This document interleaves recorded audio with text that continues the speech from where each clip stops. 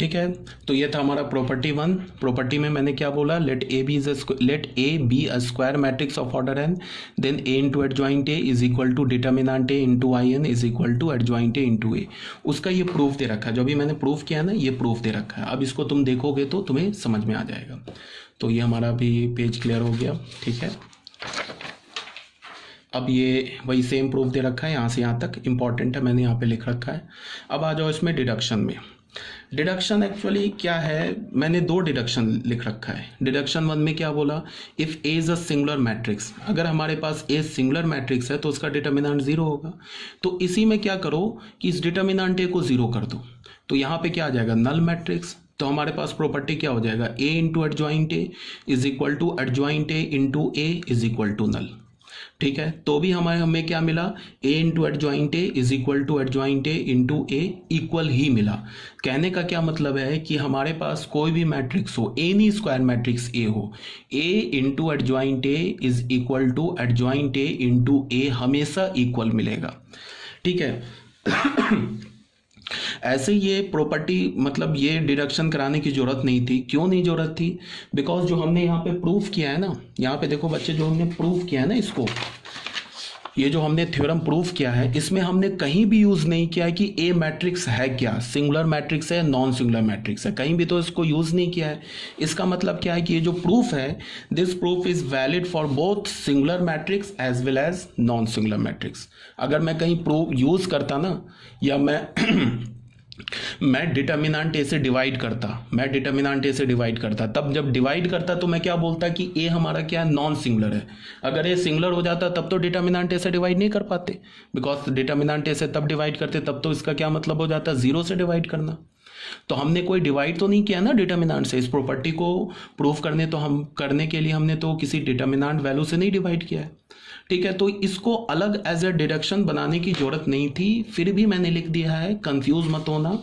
Because जो इसका proof है, इसमें हमने कहीं भी एक मैट्रिक्स के सिंगुलरिटी एंड नॉन सिंगुलरिटी पे बेस्ड कोई भी प्रॉपर्टी यूज नहीं किया है।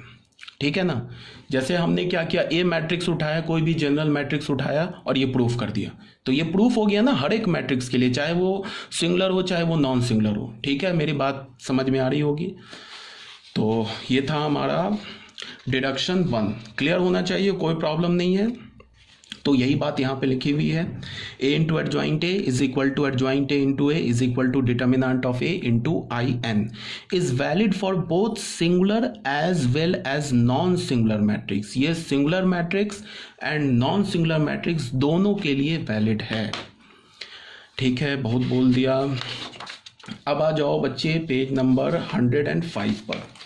ये पेज नंबर 105 में क्या बोल रहा है, इस प्रॉपर्टी भी, ये बहुत इंपॉर्टेंट, बता तो रहा हूँ, जितने भी प्रॉपर्टीज बता रहा हूँ ये बहुत इंपॉर्टेंट प्रॉपर्टी है, इसको एकदम रट जाओ। प्रॉपर्टी रट जाओ, प्रूफ की कोई जरूरत नहीं है। यहाँ पे हमने सेकेंड प्रॉपर्टी में क्या बोला, ए हमारे पास एक नॉन सिंगुलर मैट्रिक्स है। अब देखो, इसको मैंने स्टार्टिंग में ही बोल दिया कि नॉन सिंगुलर मैट्रिक्स है। क्यों, क्योंकि जो मैं इस अभी प्रॉपर्टी को यूज करूंगा उसमें ये ए की नॉन सिंगुलरिटी यूज होगी। अगर ये सिंगुलर होगा तो फिर ये प्रॉपर्टी प्रूफ नहीं होगा। जो अभी मैं प्रॉपर्टी यूज करूंगा उसमें मुझे ए की नॉन सिंगुलरिटी वाली प्रॉपर्टी यूज करनी होगी। नॉन सिंगुलरिटी वाली प्रॉपर्टी यूज करनी होगी, इसका क्या मतलब है कि हमें इस थ्योरम को प्रूफ करने के लिए डिटर्मिनेंट ए से डिवाइड करना होगा। तो जब हम डिटर्मिनेंट ए से डिवाइड करेंगे तो वहाँ पे हमें रिस्ट्रिक्शन देना होगा ना कि A determinant A can not be equal to 0, this implies that A is a non singular matrix. ठीक है, तो बोल क्या रहा है, ए हमारे पास एक नॉन सिंगुलर मैट्रिक्स है और ऑब्वियस सी बात है स्क्वायर मैट्रिक्स है ऑफ ऑर्डर n।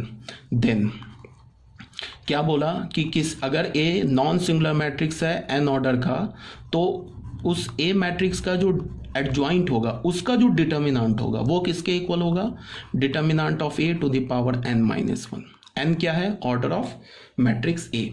इस प्रॉपर्टी को तुम याद कैसे रखोगे वो बता दे रहा हूं। इस प्रॉपर्टी को तुम ऐसे याद रखोगे कि जब तुम एडजॉइंट ए में से एडजॉइंट हटाओगे ना तो क्या अंदर बचेगा, ये ए मैट्रिक्स बचेगा, इस पे पावर क्या आ जाएगा, n-1। मतलब एक एडजॉइंट हटाने से डिटर्मिनेंट पर पावर n-1 आ जाएगा। इसका प्रूफ क्या है, प्रूफ बहुत सिंपल है। प्रूफ तुम ऐसे देख लो, अभी मैंने क्या बोला, ए इंटू एडजॉइंट ए, ये किसके इक्वल है, determinant of A into I N के इक्वल है।